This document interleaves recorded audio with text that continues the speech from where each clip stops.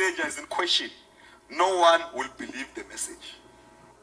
No matter how true is the message, if the integrity of the messenger is in question, no one will believe the message. Now, where we are seated, the reason there's a call by the veterans of the ANC and everyone that we must renew the ANC, it is because the integrity of the messenger is in question. No one believes anything the ANC says anymore. It is only members of the ANC where we believe each other. But when we leave, no one believes us.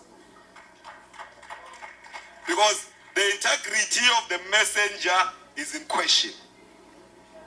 The municipality must act decisively to improve audit outcomes. Comrades, it cannot and must not be acceptable that in our country we control a number of municipalities. It is hugely painful each time when the Auditor General comes to report to Cabinet and they put up their report, and those municipalities that do best are not ANC-controlled municipalities. And I can name it here because there's nothing wrong with competition. They are often DA-controlled municipalities. We need to ask ourselves, what is it that they are doing that is better than what we are doing? And there's nothing wrong with us saying we want to go and see what Cape Town is doing. We want to go and see what Stellenbosch is doing. How do they craft everything? We need to be moving up the ladder of being good at what we do. We cannot forever stay at the bottom. It hurts me deeply when I continue to see that our municipalities sometimes tend to move even backwards. And you are the people who can improve that. The audit outcomes are important. I'm told by the Auditor General that a number of our financial statements are not even prepared at the council level. They are prepared outside. And even as they come back, they are often wrong. Now, what it means is that we do need to get capable people. Our country is not short of people who understand numbers. It's not short of people who understand accounting. Let us go and get people who understand accounting. Unless we want the books to be cooked, and I would say, away with cooking of the books. Cooking of the books must end today. We must get people who can draft the books properly and present an audit outcome that is going to be in line with what is expected. And comrades, the other important issue is the issue of procurement. We must improve our compliance with public procurement regulations so that we all have confidence that money meant for service delivery reaches our citizens. We must ensure that when it comes to procurement, there are proper rules. The rules that are there are followed. And those that we procure to, we must do a proper assessment, a proper review of whether they will be able to do the work, so that we do not have people who will start the work and stop midway and have uncompleted house buildings or bridges that are not completed and all that. All these things we have to manage. We've got to manage precisely those things. The comprehensive review of the local government system that is underway, including the critical issue of revenue base and funding model municipalities, will go on, and we will come out with good answers. This review must result in the better functioning of our municipalities. That does not mean that we can wait to fix the problems. We must fix the problems as we are flying this plane.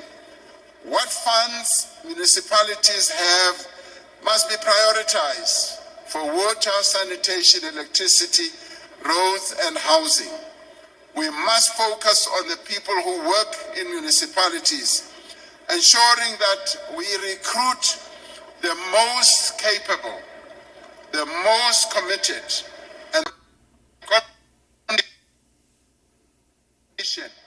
of what we think we must provide people going to be infused with the notion of good service. Our most important task is to ensure that citizens are able to participate more meaningfully and directly in addressing local challenges. As public representatives, we need to reconnect with our people, as I said. The national dialogue is an opportunity for our communities to rediscover their agencies, the issues that concern them, and to take up those issues in the engagement with representatives and with other stakeholders in the process of the national dialogue. So you are also going to be called upon to participate together with our people at the local level, at the ward level, in the national dialogue process. Just to be part of it, to give information where it is required, because our people will be wanting to know what is it that we are doing in the work that has been given to us. As councillors, we must support and enable all these efforts.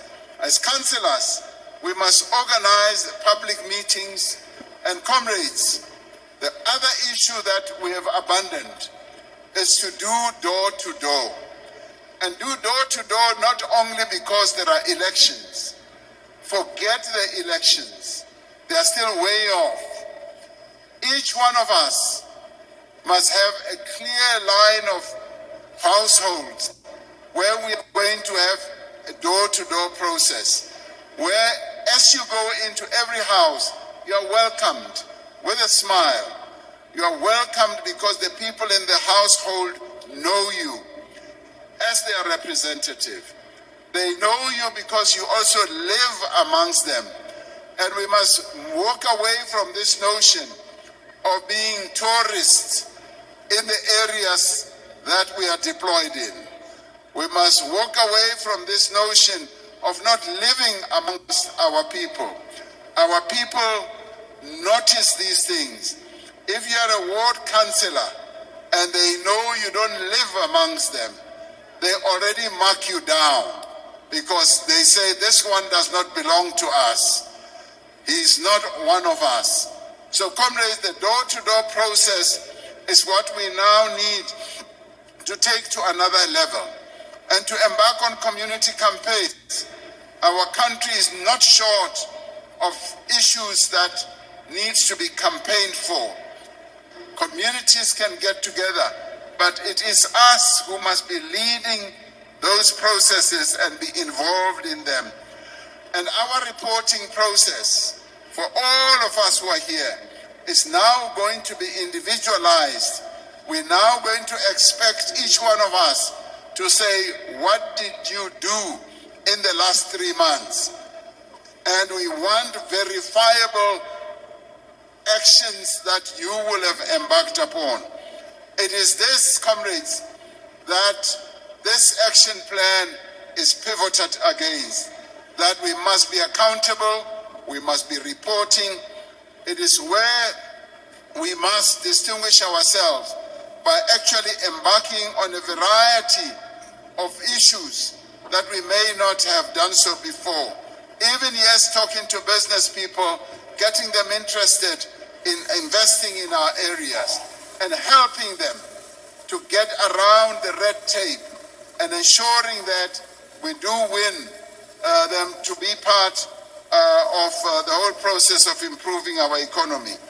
We must continue to create that conducive environment for the progress that is necessary in our local government. So comrades, a lot stands out for us to do.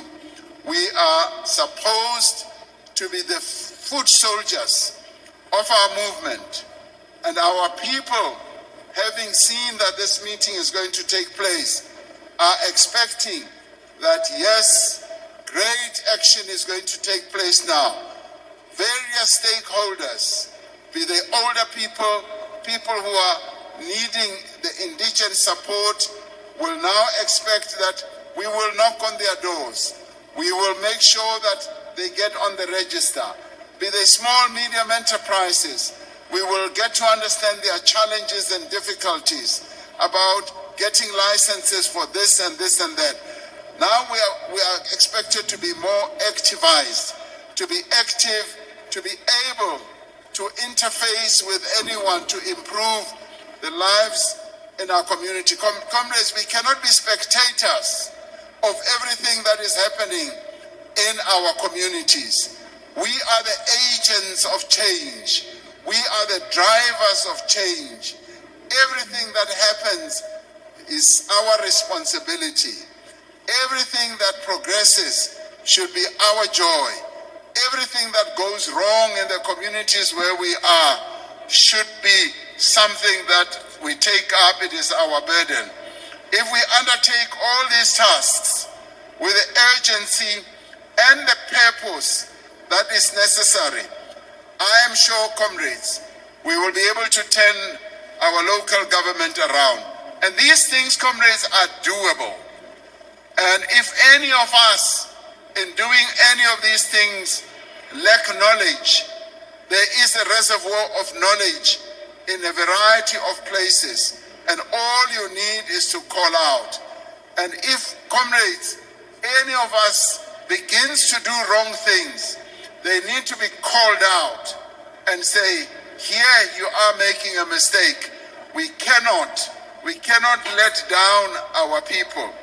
But more than that, if we do all these things, we will be able to turn around municipalities into engines of inclusive growth, of sustainable development. And comrades, that's when we will be able, even towns that are seemingly dying, we will inject energy, we will inject enthusiasm, we will look at everything through new prisms, through new eyes. And this meeting, therefore, is indeed a turning point for all of us. Let us do what we need to do. The most essential ingredient in our action plan for local government are yourselves as councillors who must take up this task. Comrades, without you doing anything, we are dead. We are dead. It basically means we may just as well all pack up and go home. You are the ones who are supposed to turn things around. And what we are doing is being a catalyst. You know your area. You know the rock face against which you are working. At this crucial moment, we need the 4,708 councillors of the ANC to be dedicated, to be capable, to be accountable leaders, and to be leaders who are not going to be captured. Some may well have fallen into the temptation of being captured by business interests, by syndicates.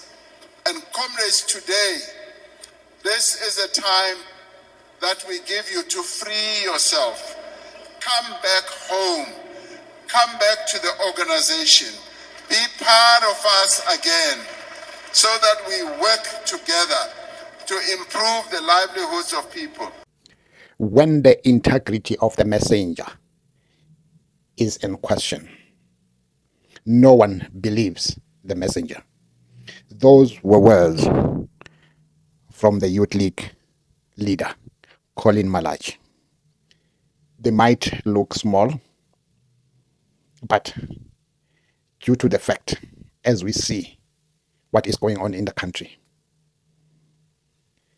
most people are listening to the same words that were uttered by Colin Malach. No matter what the leader of the ANC, Cyril Matamela Ramaphosa, say whatever he decides to say. He can call Hutla whatever he can call. Bring the ANC together. As long as the messenger is in question, no one will ever believe the messenger. There was a Zondo commission, and the findings from the Zondo commission, the same messenger decided not to implement them. His friends are with him in the cabinet, who are part of the Zondo commission's findings. So the question is, who can believe the messenger when the same people who are in the same cabinet with the messenger are still leading from the front with all the pegs that are hanging around them, meaning the corruption that is hanging around them? And as a messenger, you come and tell the country to believe what you say. No one, only those group of people around him will believe him. They might take Malachi's words not serious, but South Africans are not taking them light, because the messenger who is delivering this, who's asking all these people to do the right thing, his hands are dirty. As we talk, we have got CR17 documents sealed. We've got Pala Pala sealed. Commissions after commissions with no implementation. How is the messenger going to be trusted? Those are the questions that ANC should be asking themselves. I have a serious question about Cyril Ramaphosa's campaigning for the DA. Right on TV, he was campaigning for the DA. Is Ramaphosa trying to prevent going to jail after office by campaigning for the DA to be in power so that he can avoid jail? Because the day those documents are unsealed, it's when South Africans will know that the messenger was only believed or cannot be believed by South Africans. Only the handful people in his circles will believe whatever he say. But I believe in their corners, they always say, they shake their heads in disbelief that the ANC that had so much power has been destroyed by an individual. And nobody is saying anything, but he is being protected by the corrupt around him. Then the words of Malanji stands. When the integrity of the messenger is in question, no one will ever believe the messenger. Only the ANC will believe the messenger because of protecting the corrupt around him. Family, what do you think about the campaign that Ramaphosa has just loudly and in front of cameras campaign for the DA? I remember the words of EFF Julius Malema when he said, ANC, they cannot work without being monitored by Abelung or Amapun. At some point, Malema says things, but when they come to fruition, we don't realize what he said previously. My last words, when the integrity of the messenger is in question, no one will believe the messenger. Only those in his circles that he protect will believe their master. I rest my. Anybody notice Nkosazana Zuma? When everything was done, he just took his water and drank, trying to digest what the messenger was saying. The woman who stood right in parliament and said no to corruption. she will always be respected. That is Nkosazana Zuma. Bravo, bravo, bravo.